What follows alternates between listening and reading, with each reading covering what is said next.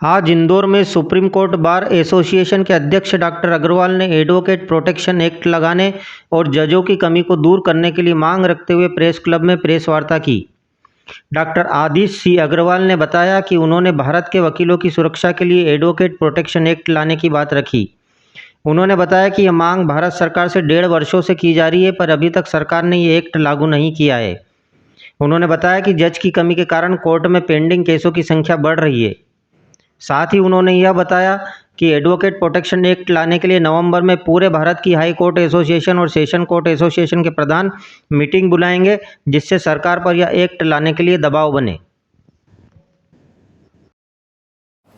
आपने एकदम 1.5 महीने नहीं, सरकार से आप लोगों ने इसमें कोई मांग की है क्या केंद्र सरकार से कि छुट्टियों कम किया जाए? नहीं मतलब ठीक है, ठीक है, सुप्रीम कोर्ट करेगी मालूम है, लेकिन फिर भी एक सरकार से कुछ आपने सर कुछ किया है, यूँ मतलब रिकमेंडेशन दिया हुआ हाँ, यूँ मतलब हमारा इस चीज पे मैंने डिसीजन लिया है कि हम अपने एग्जीक्यूटिव में नेक्स्ट मीटिंग में हम पास करेंगे और फिर एक रिपोर्ट, क्योंकि हमारा एक डेमोक्रेटिक सिस्टम होता है। I can propose, I want this, तो वो उसकी ट्रायल वो एक ऑफिसर ऑफ कोर्ट है, तो उसके खिलाफ सिंपल आईपीसी के प्रोविजन से तो होंगे ही उसके अंदर, परंतु इसके अंदर भी एक प्रोविजन रखा जाए कि 3 महीने में उस ट्रायल को पूरा करना। अगर वकील पर हमला होता है कहते हैं कि भारत में भारत की सरकार एडवोकेट प्रोटेक्शन एक्ट बनाए, जिसमें वकीलों के इंटरेस्ट को प्रोटेक्ट करा जाए। वकीलों के साथ जो बदतमीजी होती है और उनके खिलाफ उनको जो है क्रिमिनल एक्ट से उनको डराया जाता है, उनको काम करने से रोका जाता है, वो चीज़ की प्रोटेक्शन हो। साथ में उनकी फाइनेंशियल भी प्रोटेक्शन होनी है, क्योंकि हमारा वकील 15,000 रुपये अप्रोक्सीमेटली जो हिंदुस्तान की जो डिफरेंट बार काउंसिल्स का रेट है एनरोलमेंट कराने का, वो पैसे की फ़ीस भरकर वकील बनता है। 17 साल पढ़कर और उसकी कोई प्रोटेक्शन ना हो, फाइनेंशियल भी और उसकी फिजिकल भी, तो उससे हमारा न्यायपालिका प्रॉपर तरीके से काम नहीं कर पाएगी। ये मांग अभी 1.5 साल से ज़्यादा उछली है, और अभी जो हमारे वकीलों के साथ हापुड़ में हुआ और जगह हुआ, उससे ये मांग अब बहुत तेज़ हो गई है। जब मेरा सुप्रीम कोर्ट बार एसोसिएशन के प्रधान बनने का फेलिसिटेशन सेरेमनी थी, उसमें भारत के न्याय मंत्री श्री मेघवाल जी उसमें आए थे, और उन्होंने उसमें भी एश्योर करा था कि भारत सरकार जो है वकीलों के लिए एडवोकेट्स प्रोटेक्शन एक्ट बनाएगी, जिसमें वकीलों को अपने ड्यूटी प्रभावशाली करने में आसानी हो। सर, क्या कारण है कि लगातार मांग के बाद भी एक एक्ट लागू नहीं हो पा रहा है, क्योंकि वकील लंबे समय से संघर्ष करते आ रहे हैं इसके लिए? कई बार गवर्नमेंट के पास और बहुत इससे ज़्यादा अर्जेंट चीज़ों में गवर्नमेंट इन्वॉल्व हो जाती है, इसलिए ये एक ग्राउंड हो सकती है।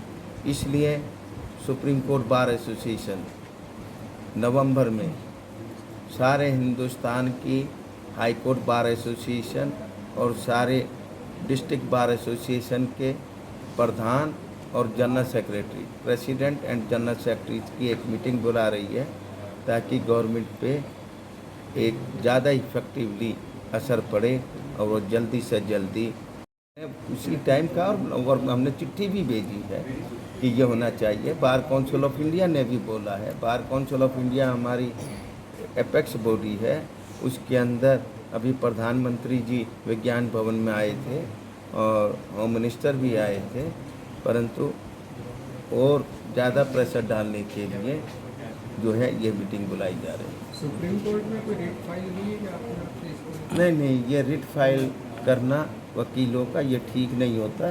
ये रिट सुप्रीम कोर्ट हमको ये कहें कि जी आप एग्जीक्यूटिव को रिक्वेस्ट करो, तो वो हमारा रिट फाइल करना अप्रोप्रिएट नहीं होता है। अच्छा अभी सर आप- केस पेंडेंसी की बात करें सर, किस तरह से केस पेंडेंसी बढ़ रही है, लगातार जो बढ़ रही है, क्या कहें? देखिए, ये बात सही है कि जजों की डिस्ट्रिक्ट लेवल पे कमी है और हाई कोर्ट में भी कमी है, परंतु ये मेरा ये मानना है कि ये हमारी जुडिशरी को वो पूरी जितनी वैकेंसी होती हैं उन वैकेंसीज के नाम रिकमेंड नहीं करती है। किसी हाई कोर्ट में 20 की वैकेंसी है तो वहाँ का कॉलेजियम 5 जजेज के नाम रिकमेंड कर रहा है, 8 के करा। ये गलत सिस्टम है। Judiciary should recommend the names for all the vacant vacancies in the high court, not कि 20 में से 5 करना। इसका मतलब आप ये बोलते हो कि और 15 और वकील हमारे एलिजिबल नहीं है जज बनने के। That give wrong signal, that shows the inefficiency of the judiciary. Why chief justice of India and other members of the collegium are not recommending the names? First, you should perform your duty, then you expect that government of India also perform their duty effectively.